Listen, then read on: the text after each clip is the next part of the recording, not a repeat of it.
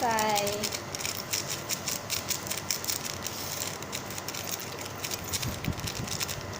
ทำมาเผ็ดเนี่ยจ้ำจ้ะคูณสองลองสิว่ามันจะคูณสองบ่ พอเขากินเท่านี้ก็กินสีเดียว ประเภทแหงบูจังอยู่เลย โอ้ทบิดกินทบิดนะ ตายแล้วขอ เคยกินเผ็ดจะเครื่องนะเคยกินเผ็ดในจะเครื่องนะตายแน่ๆเกาหลีกินกระสัน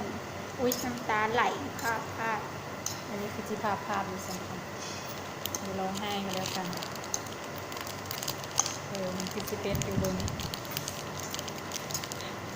หวังว่าฉันจะไม่ได้ร้องไห้นะมาจากคุณมีเฮ็ดนำกันว้ายปิว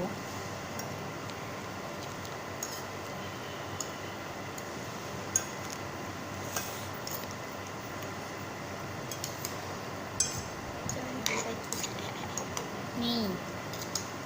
สาว เราสุดประสงค์เข้ากัน สาวมันเข้ากันกันกับบ้าน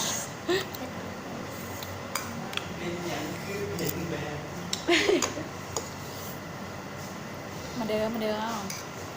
เอาจอยบุกาเลยจอยอย่ามัวกันนอกออกเด้อ ทุกคนคงเป็นที่ได้หลายมุม เพิ่นสิกินให้เบิ่งสิให้เบิ่งสิได้ให้บ่เลยหรือว่าสิได้หัว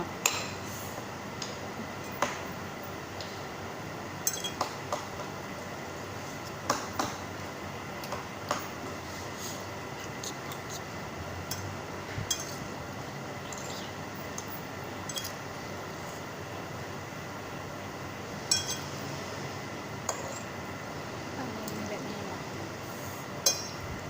มาบัดนี้มีจ้อยไทยเนี่ยเริ่มได้กินบัดนี้กินเบิ่งคำแรก เนี่ยก็คือทำแรง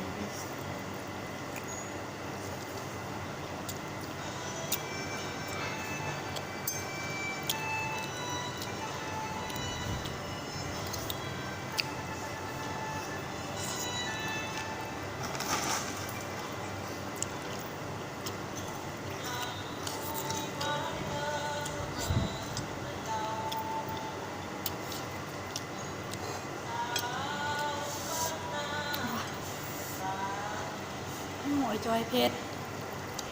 ปากแดงมากับบาดเลยนี่จะรอดไหม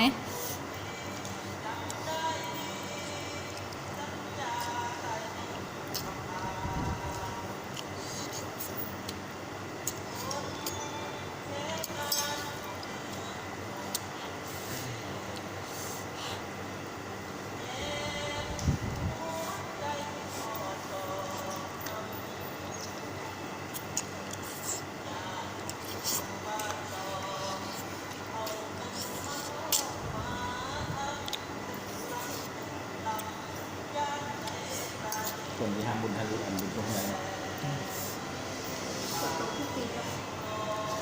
ก็ต้องมือเดียวเขาไปดีกันดีกันดีกว่าอันนี้ตกลงมือนี่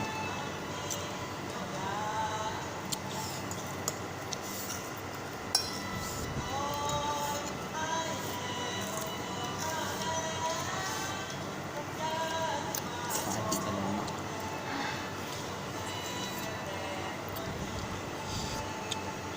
กินแรงนะ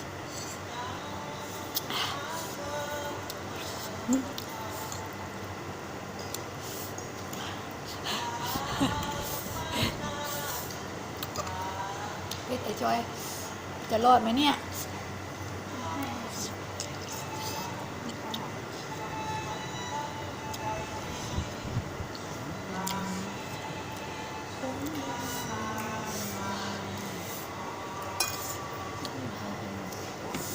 น้ำเพชรแบบใต้ลิ้นน่ะ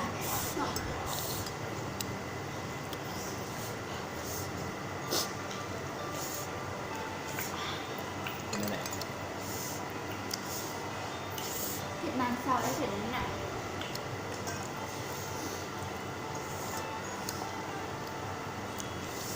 เป็นแห้งเป็นน้ำครับ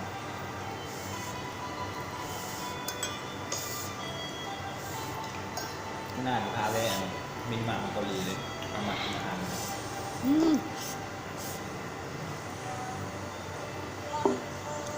เป็นจังเดมซีดีแล้วบันนี้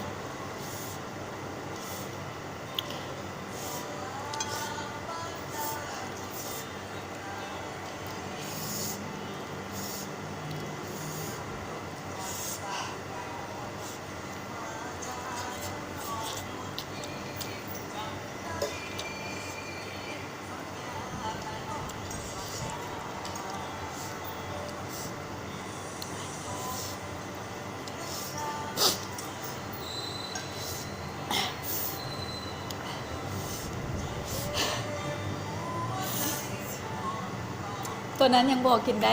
จะมีเป็นแห้ง ถึกรีดเลยนี่คิดผิดแล้วไอ้จอย สิ่งหน่อยเลยไอ้บัว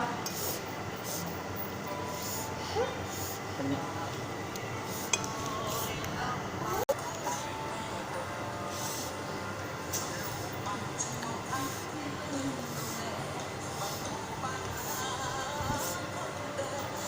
ตอนนี้เป็นทองประมาณห้องนึงเข้าไปนะ เห็นไหม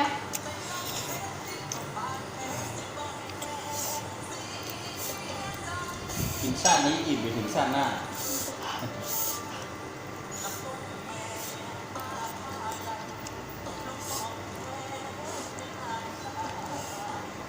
อย่างที่น้อย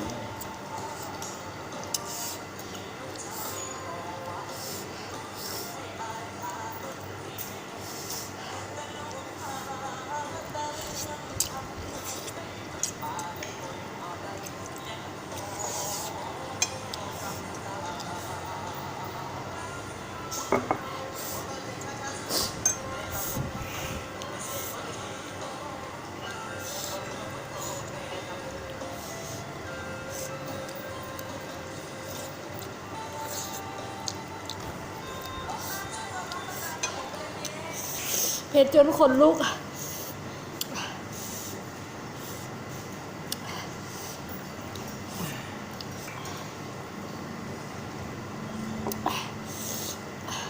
พี่จะแดดด้วยสิเบิด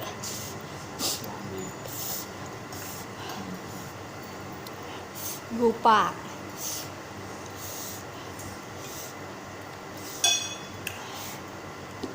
ไม่ไหวแล้ว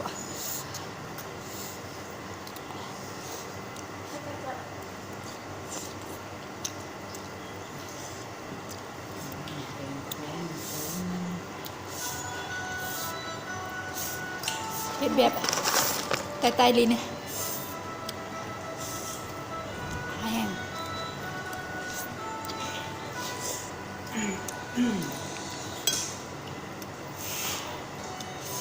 แต่ก็สิพยายามกินให้หมด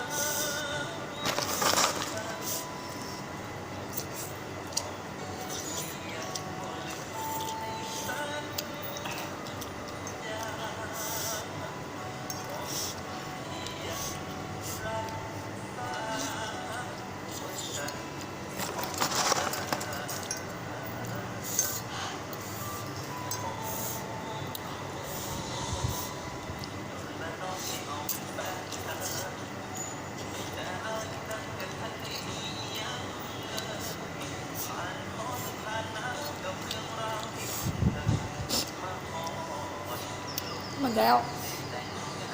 เย่เกือบตาย